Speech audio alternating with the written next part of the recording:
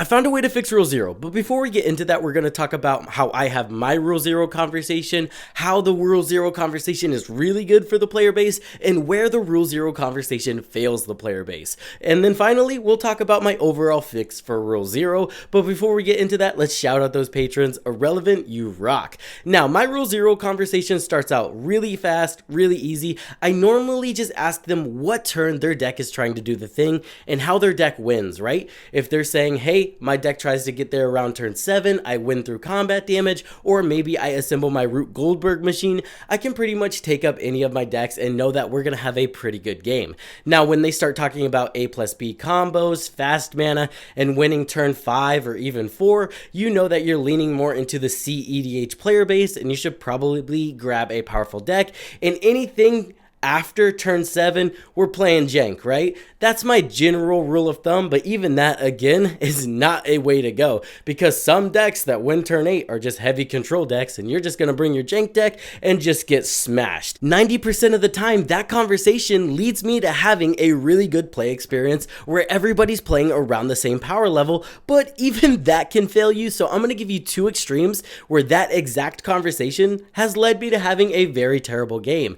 Now, the first one, I was like, hey guys, what are we playing here? And he's like, hey, I've got Esper enchantments. It kind of does the thing around turn 8, and I'm trying to assemble that Root Goldberg machine, right? And I was like, okay, Esper enchantments, we're playing jank. Turn 8, that's pretty slow. So I load up with a jank deck myself.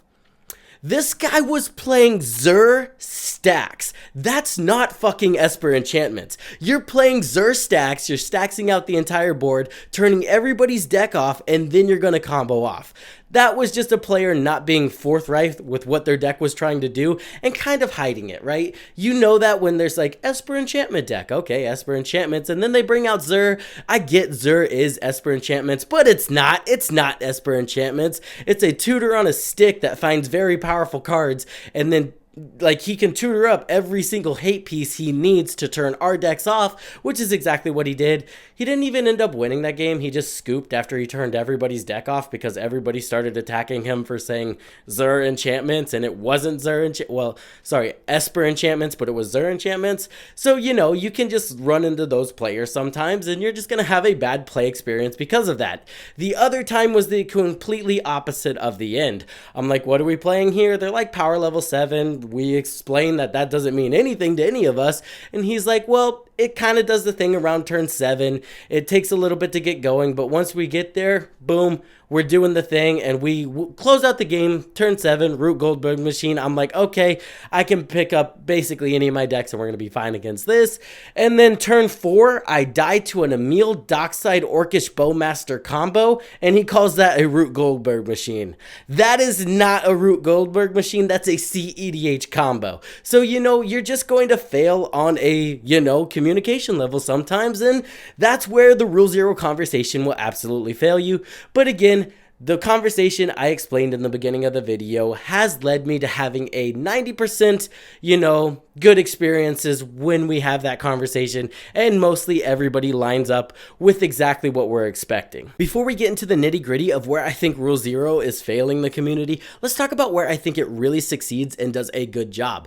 And this is in your set play group. Whenever you have a group of 4 to 6 people that meet up, play Magic very regularly, everybody knows everybody knows everybody's deck. It's very easy to sit down, set a set of rules, and then everybody abide by those rules.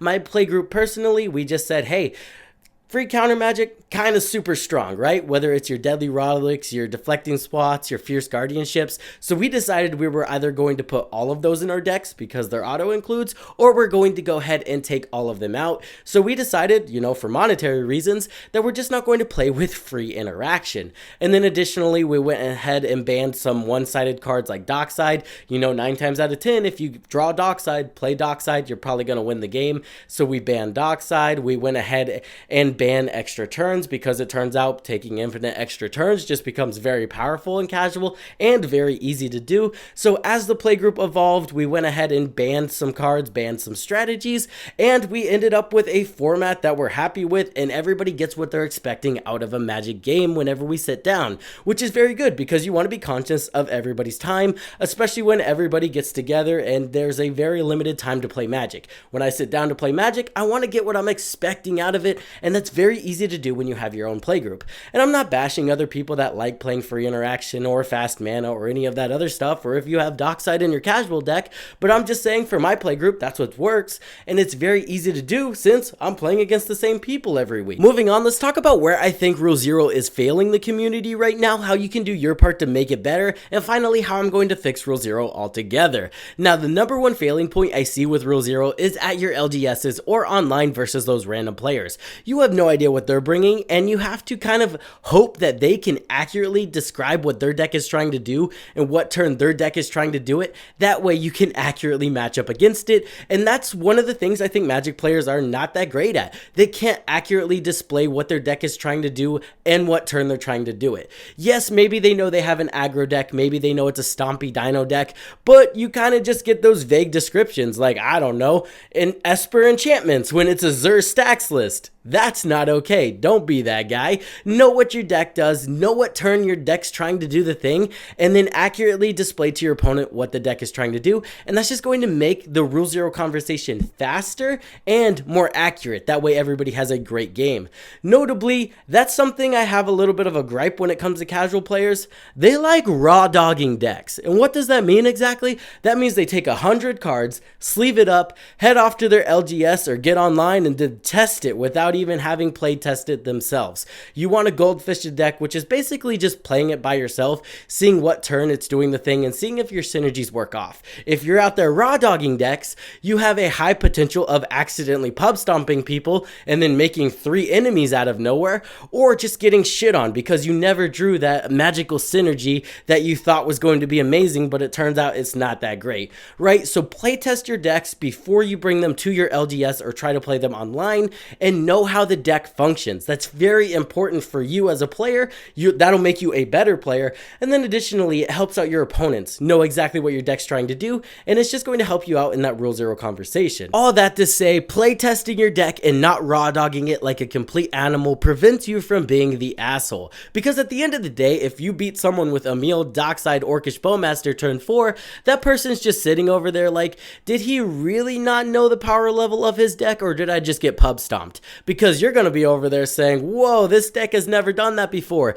And that player has heard that from every other pub stomper that's ever pub stomped them before, right? So it just creates a weird social dynamic. So playtest your decks and accurately convey what your decks can do. But now let's move on to where I think the Rule Zero conversation really just falls apart. And that's EDH being a self-policing format. Now, I'm not over here saying, hey, we need more bans, we need more policing. I'm just saying that's going to happen with these Rule Zero conversations. Some people just go ahead and take Dockside out of their deck because they understand that, hey, Dockside's a CEDH card, it's very powerful, creates some one-sided games, I'm not going to be playing that in casual. And other players are like, it's just a ritual, just play it, it's fine. So again, the community's split there. So is it self-policing? That's kind of a conversation for another day. You know, some people are loading up to their LGS and they don't have any free counter magic, and other people are like, it's free counter magic, why wouldn't I use it? And then, you know, it's kind of ambiguous whether free counter magic is okay or not. Some people say yes it is, other people say hey, that's for your more competitive formats like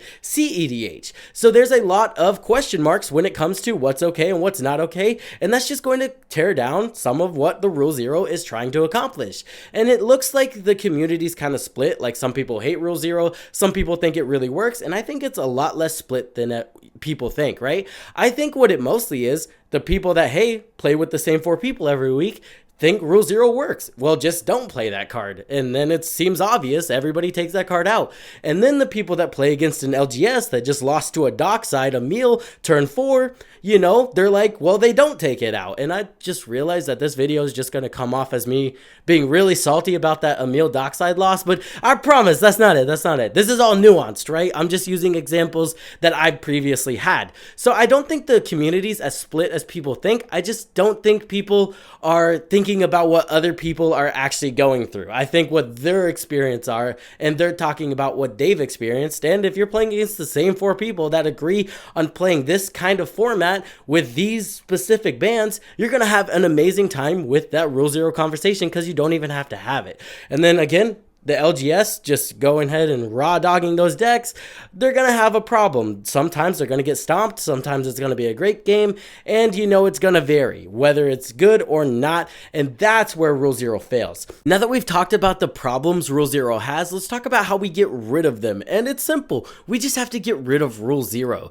And to do this, I looked at formats like CEDH. It's an already EDH format that's thriving without a Rule Zero conversation. Because as long as you sit down, you bring a deck with the intentions to win, everybody's on the same page. You just play the most powerful cards as you possibly can and try to win the game, and then you're going to have a positive play experience. Now, this isn't me saying, hey, casual players, if you don't like Rule Zero, just go play CEDH. No, that would be a pointless video, right? But honestly, casual players are already doing that. People are getting frustrated with the this is okay, this isn't okay, and they're like, F it, I'm just going to go play a format where everything's okay, and you can't blame them for that. Even myself this past year, I've played more CEDH online versus regular EDH games just because, you know, you don't really know what that other person's playing. You don't want to pub stomp them, and you don't want to get pub stomped, so it's just easier to load up with a game where you know the intentions of everybody and you know what to expect. So that's why CEDH is growing right now. So my goal is to create a casual format that's similar to CEDH,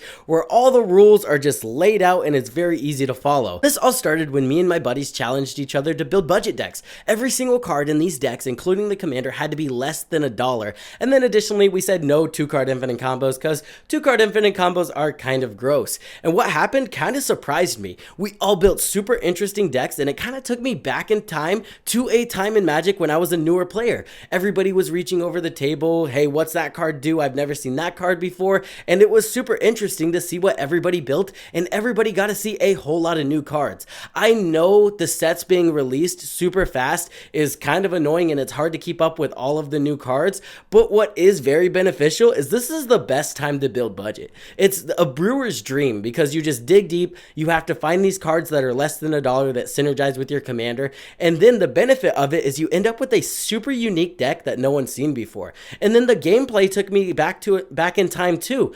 Everybody was playing more combat focused decks, everybody was trying to get in for damage, and it was just super nostalgic overall, so I definitely encourage you guys to try it out. And I know this video was kind of framed in a way like, hey, let's challenge our people at the LGS to do this, right? That way we get rid of the Rule Zero conversation, and that may be hard for some of you, but I don't think it's going to be too hard to be like, hey guys, that was fun, but maybe let's all have a budget deck building challenge where every single card is under $1. It wouldn't be that hard to find 3 other people that would want to do that with you. That's super fun. And then again, everybody's going to show up. Everybody's going to have the exact same, you know, thought process of what this game is going to look like and how this game is going to play. It kind of puts everybody on the same play pattern, just like CEDH, but just at the opposite spectrum. Now everybody knows that we're just going to play budget, and it's going to be super fun, and it's going to be on an extreme budget at that. Now, notably, some commanders that I would watch out for are your Xyrus, your Zada, and your Feather effects. Those are going to be super strong commanders,